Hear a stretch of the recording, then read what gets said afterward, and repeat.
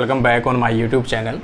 और आज अपन बात करने वाले हैं ख़ासतौर से आरपीएससी के तहत जो एग्ज़ाम है अपनी फर्स्ट ग्रेड बायोलॉजी की, और उसमें जो अपनी बुक है जो बायोलॉजी की 3rd यूनिट है उसमें कौन से टॉपिक्स हैं अपनी बुक के अंदर, उन सभी को अपन 1 बाय 1 टॉपिक जो है वो देखेंगे। तो आज अपन स्टार्ट करते हैं स्टार्टिंग से। जो आपका पेज नंबर जो आपको दिया हुआ है वहीं से स्टार्ट करते हैं। स्टार्टिंग वाला यहाँ पर 90 है तो 90 से 91 से स्टार्ट करते हैं यहाँ पे अपना। तो 91 से अपन देखेंगे यहाँ पर। तो पहला टर्म जो है वो बायोटेक्नोलॉजी अपन ने स्टार्ट कर रखी है। तो सभी स्टूडेंट्स रेगुलर आप लोग चैनल के ऊपर जुड़े रहिए और डेली जो भी चीज़ें एक्सप्लेन करने लायक होगी मैं आपके साथ ज़रूर शेयर करूँगा। तो यहाँ पे अपन देखेंगे सबसे पहला अपना टॉपिक जो है आज रहेगा बायोटेक्नोलॉजी। तो बायोटेक्नोलॉजी सबसे पहली चीज़ आती है बायोटेक्नोलॉजी है क्या, ठीक है ना। बायोटेक्नोलॉजी हालांकि ऐसी चीज़ें कभी नहीं पूछी जाती है आपसे, डायरेक्ट पूछा जाएगा तो उसका फादर पूछा जाएगा, स्टार्टिंग किसने वर्क किया, कौन से इंस्टीट्यूट्स है, वो चीज़ें ज़्यादा पूछी जाती है। तो फिर भी बायोटेक्नोलॉजी किसी भी बायोलॉजी जो ब्रांच है, बायोलॉजी की ऐसी ब्रांच जिसके अंदर माइक्रो ऑर्गेनिज्म या फिर अपन कहे लिविंग ऑर्गेनिज्म के द्वारा विभिन्न टेक्निक्स को यूज में लेते हुए ह्यूमन यूजेबल यदि प्रोडक्ट तैयार किए जाते हैं जो ह्यूमन के लिए यूजेबल हो, तो इस प्रकार का जो टेक्निक है, इस प्रकार का जो मेथड है, प्रोसेस है, उस प्रोसेस को अपन क्या कहते हैं, बायोटेक्नोलॉजी कहते हैं। इसका मतलब ये एक ब्रॉड ब्रांच है। इस ब्रांच में जितने भी लिविंग ऑर्गेनिज्म है जो अपने यूजेबल हैं उनके द्वारा अपन क्या करते हैं, प्रोडक्ट प्राप्त करते हैं कॉमर्शियल लेवल पे। इसका मतलब लार्ज स्केल लेवल के ऊपर उनसे जो प्रोडक्ट है वो प्राप्त किया जाता है, किसके द्वारा, डिफरेंट टेक्निक्स यूज में लेते हुए। इसलिए इसका नाम क्या है, बायोटेक्नोलॉजी। इसका मतलब लिविंग ऑर्गेनिज्म के द्वारा डिफरेंट यूजेबल प्रोडक्ट को लार्ज स्केल के ऊपर प्रोडक्शन करना ही क्या कहलाता है, बायोटेक्नोलॉजी कहलाता है। तो आगे अपन देखेंगे यहाँ पर कि जैसे देखें बायोटेक्नोलॉजी एंड इट्स एप्लीकेशंस, ठीक है। तो यहाँ पर बायोटेक्नोलॉजी अपन जानते हैं क्या कहते हैं, जैव प्रौद्योगिकी कहते हैं विज्ञान की वह शाखा या ब्रांच जिसमें माइक्रो ऑर्गेनिज्म, एनिमल्स या प्लांट्स या कह सकते हैं अपन ऑल लिविंग ऑर्गेनिज्म या उनके प्रोडक्ट का उपयोग विभिन्न प्रोडक्ट का इंडस्ट्रियल लेवल व मानव उपयोगी सेवा में करना, ठीक है ना। कि उनसे कोई प्रोडक्ट तैयार है, प्रोडक्ट बनता है, उन प्रोडक्ट्स को प्रोसेसिंग करके नए प्रोडक्ट भी तैयार किए जा सकते हैं जो अपने यूजेबल हो, ठीक है। आगे अपन देखेंगे यहाँ पे एक डेफिनेशन और लिखे मैंने, विज्ञान की वह ब्रांच जिसमें लिविंग ऑर्गेनिज्म, एनिमल्स, प्लांट्स को यूज विभिन्न टेक्निक्स की सहायता से ह्यूमन यूजेबल कॉमर्शियल प्रोडक्ट तैयार किए जाते हैं। टर्म बताया दिया मैंने, लिविंग ऑर्गेनिज्म और टेक्नोलॉजी से मिलकर बना हुआ है। प्रोडक्ट जो है वो ह्यूमन, सबसे बड़ी इंपॉर्टेंट चीज़ है, जो भी प्रोडक्ट होता है वो अपने या फिर जो एनिमल्स किसी भी ट्रीटमेंट में हो सकता है, किसी के ट्रीटमेंट में काम आता हो, किसी अदर चीज़ में यूज़ में आता हो, तो यूजेबल प्रोडक्ट का प्रोडक्शन करना ही अपना मेन उद्देश्य रहेगा। इसमें से आगे अपन देखेंगे फादर ऑफ बायोटेक्नोलॉजी कई बार पूछा जाता है एग्जाम में, इंपॉर्टेंट है ये। तो यहाँ पर पहले तो माना जाता था कि हेबरलैंड जो है वो इसका फादर है। हालांकि हेबरलैंड ने टोटिपोटेंसी के बारे में 1902 के अंदर बताया था कि टोटिपोटेंसी प्लांट की सभी कोशिकाओं में टोटिपोटेंसी पाई जाती है। टोटिपोटेंसी का मतलब किसी भी प्लांट की सेल जिसके अंदर एक जाइगोट के सिमिलर कैरेक्टर पाए जाते हो, फीचर्स पाए जाते हो कि कंप्लीट प्लांट को निर्माण कर सके, वो सेल का कैरेक्टर क्या कहलाता है, उसकी टोटिपोटेंसी कहलाती है, उसकी क्षमता कहलाती है, ठीक है। अगर इसका फादर पूछा जाए बायोटेक्नोलॉजी का, तो फादर के नाम से जब भी आपको पूछा जाए तो आपको करना है कैरोली एरकी, ठीक है ना, कैरोली एरकी। इन्होंने बायोटेक्नोलॉजी टर्म का यूज 1919 में लिया था। कई बार पूछा जा सकता है आपसे कि बायोटेक्नोलॉजी टर्म सर्वप्रथम किसने यूज में लिया था, तो भी आप यही कहोगे कैरोली एरकी। कब, 1919 के अंदर यूज में लिया था। आगे अपन देखेंगे हेबरलैंड ने भी काफ़ी वर्क किया था बायोटेक्नोलॉजी के ऊपर, लेकिन ये एक्सपेरिमेंटली प्रूफ नहीं कर पाए थे ना। तो इन्होंने दिया है कि इन्हें प्लांट बायोटेक्नोलॉजी का जनक कहा जाता है या प्लांट टिश्यू कल्चर का भी जनक के नाम से जाना जाता है। हाँ, हो सकता है अगर आपको डायरेक्ट ऐसे पूछा जाए कि प्लांट टिश्यू कल्चर का जनक किससे कहा जाता है, हेबरलैंड। मैंने बताया अभी आपको किसने क्या बताया था, प्लांट की टोटिपोटेंसी के बारे में इन्होंने बताया था। आगे अपन देखेंगे, यहाँ पे देखेंगे स्टैनली कोहेन और हेबर्ट बोयर ने सर्वप्रथम रिकॉम्बिनेंट डीएनए बनाया था। ये छोटी छोटी चीज़ें हैं। देखो, जब भी फर्स्ट ग्रेड आरपीएससी के तहत होने वाली जितनी भी एग्जाम है, आपको छोटे छोटे टर्म्स याद रखने, बड़ी चीज़ें आपको याद नहीं है कि पूरी प्रोसेस कैसे होती है, पूरी थ्योरी क्या है, कोई दिक्कत नहीं है। आपको शॉर्ट नोट्स बनाने तब भी ऐसे ही बनाने हैं आपको कि छोटी छोटी चीज़ें हैं वो आपको पता रहे, ठीक है ना।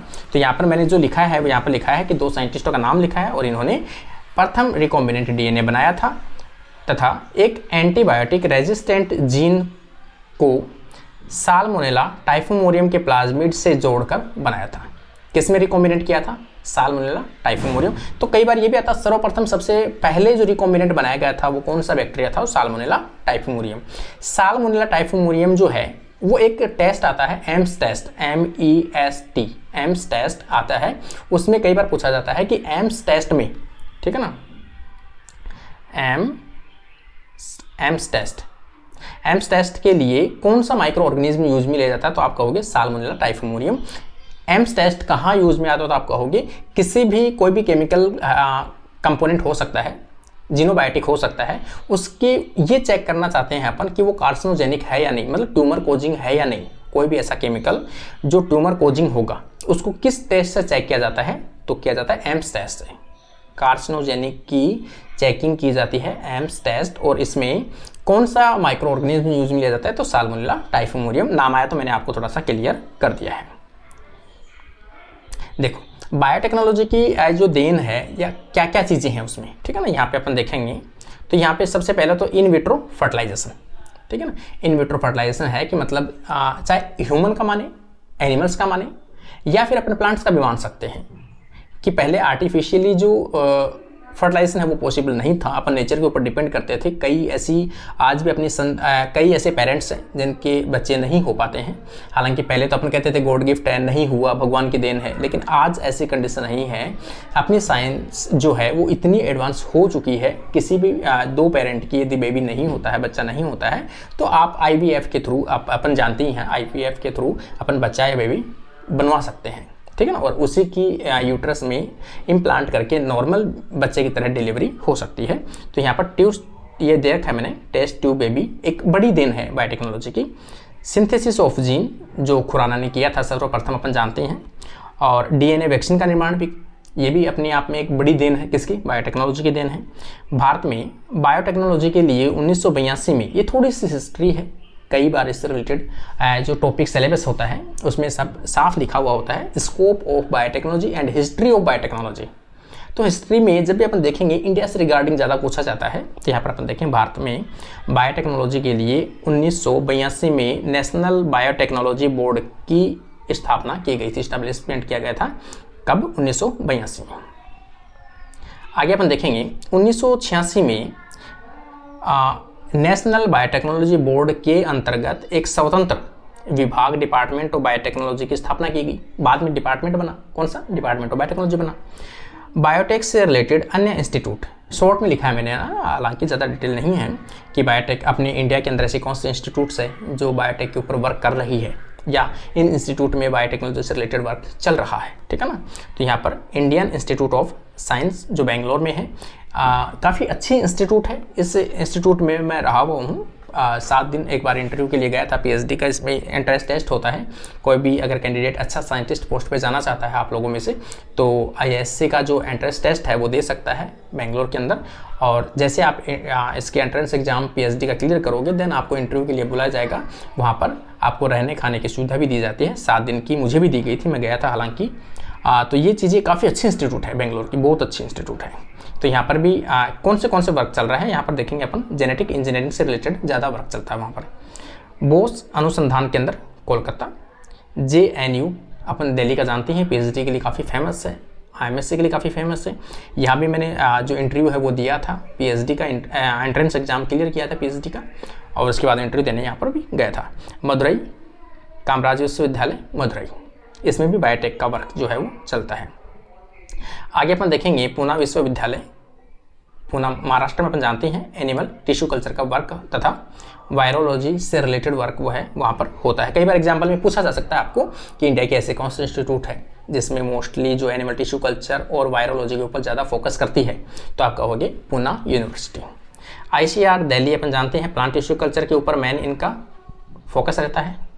और centre for cellular and molecular biology, CCMB, ये कहाँ पे है? हैदराबाद है। ये इंस्टीट्यूट कई बार तो इनके नाम से ही पूछा जाता है कि ये उपस्थित कहाँ पे है, कहाँ स्थित है, ठीक है ना। तो फुल फॉर्म भी पूछी जा सकती है, स्थित कहाँ है ये भी पूछा जा सकता है। नेशनल इंस्टीट्यूट ऑफ इम्यूनोलॉजी, ये भी अच्छी इंस्टीट्यूट है। IIM NII, ठीक है ना, न्यू दिल्ली में है। नेशनल इंस्टीट्यूट ऑफ इम्यूनोलॉजी जो इम्यूनोलॉजी के ऊपर वर्क करती है, ठीक है ना। सूक्ष्म प्रौद्योगिकी संस्थान चंडीगढ़, ठीक है। ये जो है सभी ऐसे इंस्टीट्यूट हैं जो क्या करती हैं, बायोटेक के ऊपर वर्क कर रही है। आगे अपन थोड़ा सा देखेंगे, डॉक्टर पालबर्ग को आनुवांशिक अभियांत्रिकी जेनेटिक इंजीनियरिंग का जनक कहा जाता है। वेरी वेरी इंपॉर्टेंट है, थोड़ा सा इसको याद रखना भी आप लोग कि फादर ऑफ जेनेटिक इंजीनियरिंग किसे कहा जाता है, तो आप कहोगे पॉल बर्ग, ये इनका नाम है। पॉल बर्ग को फादर ऑफ जेनेटिक्स के नाम से भी जाना जाता है। इन्होंने SV40 वायरस, ठीक है ना, ये जो है सीमेन वायरस जो है SV40 मतलब साइमन वायरस जो है का जीन ई कोलाई में लैम्डा फेज की सहायता से ट्रांसफ़र किया था। इसका मतलब ई कोलाई को इन्होंने रिकॉम्बिनेंट बनाया था, और किसका, वायरस का जो जीन है वो ई कोलाई में किसकी सहायता से, लैम्डा फेज मतलब बैक्टीरियोफाज की सहायता से इन्होंने इंसर्ट किया था, और इनको बाद में नोबेल प्राइज़ दिया गया था 1980 के अंदर। आगे अपन देखेंगे रेस्ट्रिक्शन एंडोन्यूक्लियस एंजाइम की खोज। देखो, जब भी बायोटेक्नोलॉजी अपन पढ़ते हैं उनमें से सबसे इंपॉर्टेंट जो उसकी नींव है वो कौन सी है, वो उसकी नींव हमेशा होती है रिकॉम्बिनेंट रेस्ट्रिक्शन एंडोन्यूक्लियस एंजाइम। अगर ये एंजाइम आप अभी तक खोज नहीं हुआ होता तो शायद रिकॉम्बिनेंट की कोई भी आज अस्तित्व में नहीं होता, क्योंकि सबसे इंपॉर्टेंट है डीएनए को कट करना। कट करके आप 2 डीएनए को जोड़ पाते हो, लेकिन अगर कट ही नहीं कर पाओगे आप तो रिकॉम्बिनेंट डीएनए कैसे पॉसिबल है, कैसे बना सकते हो। इसका मतलब जब भी आप रिकॉम्बिनेंट पढ़ते हो सबसे इंपॉर्टेंट है, इससे क्वेश्चन हमेशा पूछा जाता है आपका। तो यहाँ पर सबसे पहले तो इसका डिस्कवरी से रिलेटेड आ जाएगा। एक चीज़ मैं आपको बता दूं कि रेस्ट्रिक्शन एंडोन्यूक्लियस एंजाइम क्या होता है। देखो, सबसे इंपॉर्टेंट है, ये बैक्टीरिया के अंदर पाए जाने वाले एंजाइम्स होते हैं। ये करते क्या है कि अपनी बैक्टीरिया की प्रोटेक्शन करते हैं। किससे, बाहर से आने वाले, बाहर से कौन से डीएनए आएंगे, तो वायरस के डीएनए आते हैं, क्योंकि कई वायरस ऐसे होते हैं जो बैक्टीरिया को इन्फेक्ट करते हैं, अपना डीएनए बैक्टीरिया के अंदर इंसर्ट करते हैं और अपनी कॉपी बना लेते हैं और बैक्टीरिया को फाड़ के बाहर निकल जाते हैं। इस प्रकार के बैक्टीरिया को अपन क्या कहते हैं, बैक्टीरियोफाज कहते हैं। और बैक्टीरियोफाज से प्रोटेक्शन करने के लिए बैक्टीरिया के अंदर इस प्रकार के विशेष एंजाइम्स पाए जाते हैं जो अपने डीएनए को नहीं कट करते हैं, नहीं तोड़ते हैं, जबकि बाहर से आने वाले डीएनए, दैट मीन्स बैक्टीरियोफाज मतलब वायरस से आने वाले डीएनए को ये क्या करते हैं, पहचानते हैं, आइडेंटिफाई करते हैं और उनको डिग्रेड करते हैं। क्यों पहचान पाते हैं, ये कैसे डिग्रेड कर पाते हैं, इसका मतलब बैक्टीरिया का जो डीएनए होता है वो कैसा होता है, मेथाइलेटेड होता है। उनको ये पहचान लेता है कि अपना, ये तो अपना है, इसको नहीं तोड़ना है। बाहर से आने वाला नॉन मेथाइलेटेड होता है, उनको ये ब्रेक कर सकता है। इस प्रकार से इसकी डिस्कवरी की गई थी कि ये डीएनए को स्पेसिफिक साइट पे कट करता है, तो उसे कहते हैं रेस्ट्रिक्शन एंडोन्यूक्लियस एंजाइम, ठीक है ना। अलग अलग टाइप के होते हैं। इससे रिलेटेड आपको सिर्फ पूछा जाता है, इसकी डिस्कवरी है, इनके टाइप से छोटी छोटी चीज़ें जो अपन डिस्कस करेंगे यहाँ। सबसे पहले वार्नर अर्बर ने सर्वप्रथम रेस्ट्रिक्शन एंडोन्यूक्लियस एंजाइम की खोज की थी। ये वेरी वेरी इंपॉर्टेंट है भाई, इसका हमेशा पूछा जाता है, ठीक है ना। कौन सा है, वार्नर अर्बर। और इनके साथ में जो है वो कौन से थे, स्मिथ थे एक तो ये हेमिल या कह सकते हैं अपन हैमिल्टन कह सकते हैं, हैमिल्टन स्मिथ कह सकते हैं। इन्होंने सबसे पहले इनकी खोज की थी। कौन सा, सब कई बार ये भी पूछा जाता है, सबसे पहले रेस्ट्रिक्शन एंडोन्यूक्लियस एंजाइम जिसकी खोज की गई थी प्रथम किया गया था, type second restriction endonuclease enzyme की खोज की थी स्मिथ ने, ठीक है ना। एक इसमें था थर्ड साइंटिस्ट नाथन्स। कौन सा है, नाथन्स। तो 3 साइंटिस्ट इनमें अर्बर है, स्मिथ है और नाथन्स है। इन्होंने बताया कि restriction endonuclease enzyme viral DNA को कैसे पहचानता है। इनका मतलब काफ़ी रोल है नाथन्स का भी। प्रथम डिस्कवर्ड रेस्ट्रिक्शन एंडोन्यूक्लियस एंजाइम, ये देखो आ गया, मैंने अभी बताया था आपको, वेरी वेरी इंपॉर्टेंट है कि प्रथम ऐसा कौन सा एंडोन्यूक्लियस एंजाइम है जिसकी सर्वप्रथम खोज की गई थी, तो आपको याद रखना है हिंट सेकेंड आपको याद रखना है। Restriction endonuclease enzyme E coli में 1968 में खोजा गया था। अभी बताया मैंने आपको कि बैक्टीरिया में पाए जाने वाले एंजाइम्स होते हैं और बाहर से आने वाले वायरस के आने वाले डीएनए क्या करते हैं, डिग्रेड करते हैं और अपनी प्रोटेक्शन करते हैं। डिफेंस मैकेनिज्म में यूज आते हैं ये, ठीक है ना। तो सबसे पहले ई कोलाई में खोजा गया था 1968 में। आगे अपन देखेंगे, देखो restriction endonuclease enzyme bacterial cell में वायरल डीएनए, आरएनए या बैक्टीरियोफाज से अपनी डीएनए की प्रोटेक्शन करते हैं, जो अभी बता चुका हूँ मैं आपको। अर्थात restriction endonuclease enzyme viral DNA को कट या क्लीवेज करके नष्ट कर देते हैं और अपनी प्रोटेक्शन करते हैं।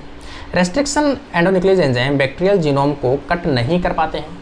खुद को तो कैसे कट करेंगे, ये खुद को तो पहचान लेते हैं कि ये अपना डीएनए है, क्योंकि वो बैक्टीरियल का डीएनए जो होता है वो कैसा होता है, मेथाइलेटेड होता है। ये क्वेश्चन वेरी वेरी इंपॉर्टेंट है, कई बार पूछा जाता है कि जो रेस्ट्रिक्शन एंडोन्यूक्लियस एंजाइम है बाहर से आने वाले डीएनए को पहचान लेता है जबकि खुद वाले को कट नहीं कर पाता है। ड्यू टू किस कारण से, तो आप कहोगे कि वो खुद का डीएनए जो होता है बैक्टीरिया का वो कैसा होता है, मेथाइलेटेड होता है। ठीक है ना।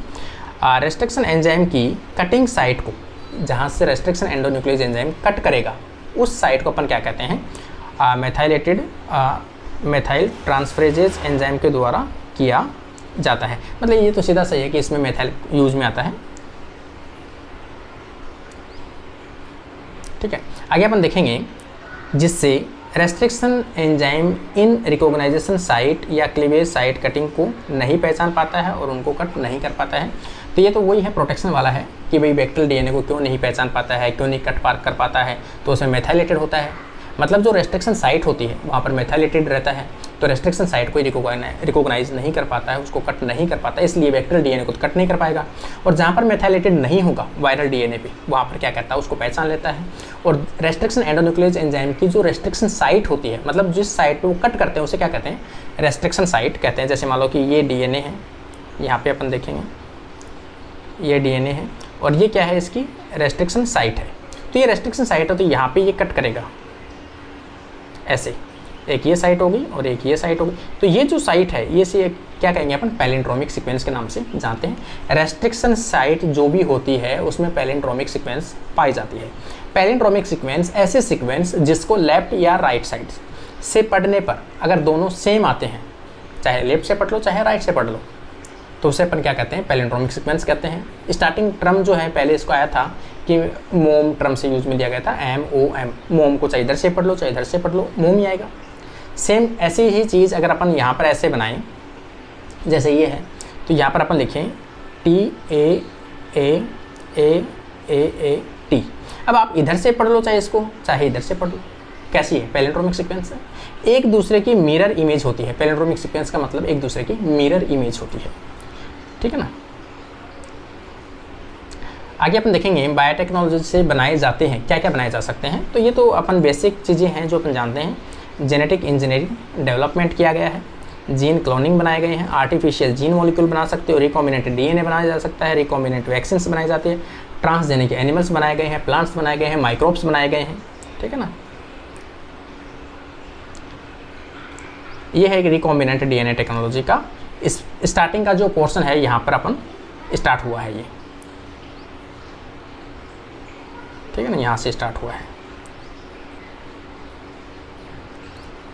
हालांकि ये चीज़ें देखो पहले भी अपन डिस्कस कर चुके हैं, वही चीज़ें वापस है। इसमें थोड़ा सा मैं आपको पढ़ के बता देता हूँ। इसमें दो डीएनए को जोड़कर एक स्पेसिफिक डीएनए बनाया जाता है। रिकॉम्बिनेंट का मतलब वही है कि दो फ्रेगमेंट होता है, उन दोनों को क्या किया जाता है, जोड़ा जाता है डीएनए लाइगेज की सहायता से, और उसे क्या कहते हैं अपन, रिकॉम्बिनेंट डीएनए के नाम से जानते हैं, जिसे रिकॉम्बिनेंट डीएनए कहते हैं। इसमें विभिन्न एंजाइम व टेक्निक्स यूज में ली जाती है। ठीक है ना, इसलिए इस प्रोसेस को रिकॉम्बिनेंट डीएनए टेक्नोलॉजी के नाम से जाना जाता है। रिकॉम्बिनेंट डीएनए टेक्नोलॉजी में यूज़ में आने वाले टूल्स कौन से हैं, तो बायोलॉजिकल जो भी टूल्स हैं जो रिकॉम्बिनेंट डीएनए टेक्नोलॉजी में आते हैं, खासतौर से तो एंजाइम यूज़ में आते हैं। यहाँ पर अपन बात करेंगे जैसे एंजाइम्स है, डीएनए वेक्टर है, टारगेट डीएनए है, इसे टारगेट डीएनए को पैसेंजर डीएनए भी कह सकते हैं, होस्ट कह सकते हैं जिसमें आप क्लोनिंग करना चाहते हो। ठीक है, ये चीज़ें हैं। इसमें अपन देखेंगे कि डीएनए मैनिपुलेशन एंजाइम्स, डीएनए की नंबरिंग बढ़ाने के लिए, ठीक है ना, मैनिपुलेशन करने के लिए, उसके साथ छेड़छाड़ करने के लिए, जेनेटिक इंजीनियरिंग करने के लिए कौन से एंजाइम्स जो हैं वो यूज़ में आते हैं। यहाँ पर देखेंगे अपन लाइसिंग है ना, मतलब तोड़ना, लाइसिस एंजाइम, सेल को लाइसिस करने के लिए लाइसोजाइम एंजाइम यूज में लिया जाता है। रेस्ट्रिक्शन एंडोन्यूक्लियस एंजाइम यूज में लिया जाता है, जिसे क्या कहते हैं, रेस्ट्रिक्शन एंडोन्यूक्लियस एंजाइम कह सकते हैं, क्लीवेज एंजाइम कह सकते हैं, सिंथेसाइजिंग एंडोन्यूक्लियस एंजाइम, या फिर मतलब कह सकते हैं एंजाइम कह सकते हैं ना। सिंथेसाइजिंग मतलब डीएनए पॉलीमरेज, खासतौर से डीएनए पॉलीमरेज है, रिवर्स ट्रांसक्रिप्टेज है, है ना। जैसे mRNA से DNA बनाना चाहते हो, cDNA लाइब्रेरी बनाना चाहते हो, तो वहाँ पर रिवर्स ट्रांसक्रिप्टेज एंजाइम यूज में आएगा। जॉइनिंग के लिए अपन DNA लाइगेज अपन जानते ही हैं, T4 जो बैक्टीरियोफाज है वहाँ से लिया गया है DNA लाइगेज, और DNA लाइगेज के लिए ATP और मैग्नीशियम आयन की आवश्यकता पड़ती है। ATP की आवश्यकता पड़ती है, मैग्नीशियम की आवश्यकता पड़ती है, NAD की आवश्यकता पड़ती है एज ए कोफैक्टर के रूप में, ठीक है ना। कई बार पूछा जाता है DNA लाइगेज कहाँ से प्राप्त किया है, T4, ठीक है ना। T4 बैक्टीरियोफाज का जो DNA लाइगेज है यूज में लिया जाता है। कोफैक्टर के रूप में मैग्नीशियम है और NAD है, वो कोफैक्टर के रूप में, एनर्जी के रूप में ATP यूज में लिया जाता है। एल्केलाइन फॉस्फेटेज, ठीक है ना, फॉस्फेट को रिमूव करने वाला, सीधी सी बात है। तो फॉस्फेट कहाँ होता है, कोई भी DNA की सीक्वेंस होती है उसके 5 प्राइम पर क्या होता है, फॉस्फेट होता है। अगर वहाँ से हटा दिया अपन फॉस्फेट तो ये आपस में कॉइलिंग नहीं कर पाएगा। तो DNA के 5 प्राइम एंड पर फॉस्फेट को हटाना ताकि वो वापस से कॉइलिंग ना कर ले या बेस पेयरिंग ना कर ले, उनको रोकने के लिए फॉस्फेट हटा दिया जाता है। तो ये एल्केलाइन फॉस्फेटेज 5 एंड से फॉस्फेट ग्रुप को कट कर देता है, ये भी यूज में आता है, ठीक है ना। यहाँ तक अपन कंप्लीट हो चुका है। अब अपन कल अपना जो नेक्स्ट क्लास होगा उसमें अपन देखेंगे DNA वेक्टर कौन से होते हैं, उनकी क्षमता क्या क्या होती है। DNA वेक्टर से ये मान लो फिक्स है, 1 या 2 क्वेश्चन आपको हमेशा मिलते हैं, तो इसके बारे में कल अपन डिटेल में बात करेंगे। और आप लोगों को ये मेथड कैसा लगा, क्योंकि देखो थोड़ी सी प्रॉब्लम है डिजिटल बोर्ड नहीं होने के कारण से, फिर भी मैं कोशिश कर रहा हूँ, क्योंकि बोर्ड पे पढ़ा पाऊँगा तो इतना पॉसिबल नहीं है, आपको बुक का सॉल्यूशन करवाना है, बुक से रिलेटेड। तो मेरे अकॉर्डिंग ये मैंने कोशिश की है। अगर आप लोगों को ये मेथड पसंद आता है तो कमेंट सेक्शन में ज़रूर कमेंट करें, क्योंकि आपका सुझाव मेरे लिए ज़्यादा इंपॉर्टेंट है। मैं चाहता हूँ कि मैं जो भी पढ़ाता हूँ वो आप लोगों के अगर यूज़ में नहीं आता है तो कोई मतलब नहीं है। अगर आपको थोड़ा सा भी यूजेबल लगता है तो देन आप लोग ज़रूर कमेंट करके बताएं कि सर अच्छा है या नहीं है, ये मेथड कैसा लगा आप लोगों को। और फिर भी कोई मेथड ऐसा होगा तो बोर्ड पे मैं आप लोगों को एक्सप्लेन ज़रूर करूँगा, ठीक है। आज के लिए अपना वीडियो कंप्लीट होता है। Thank you friends.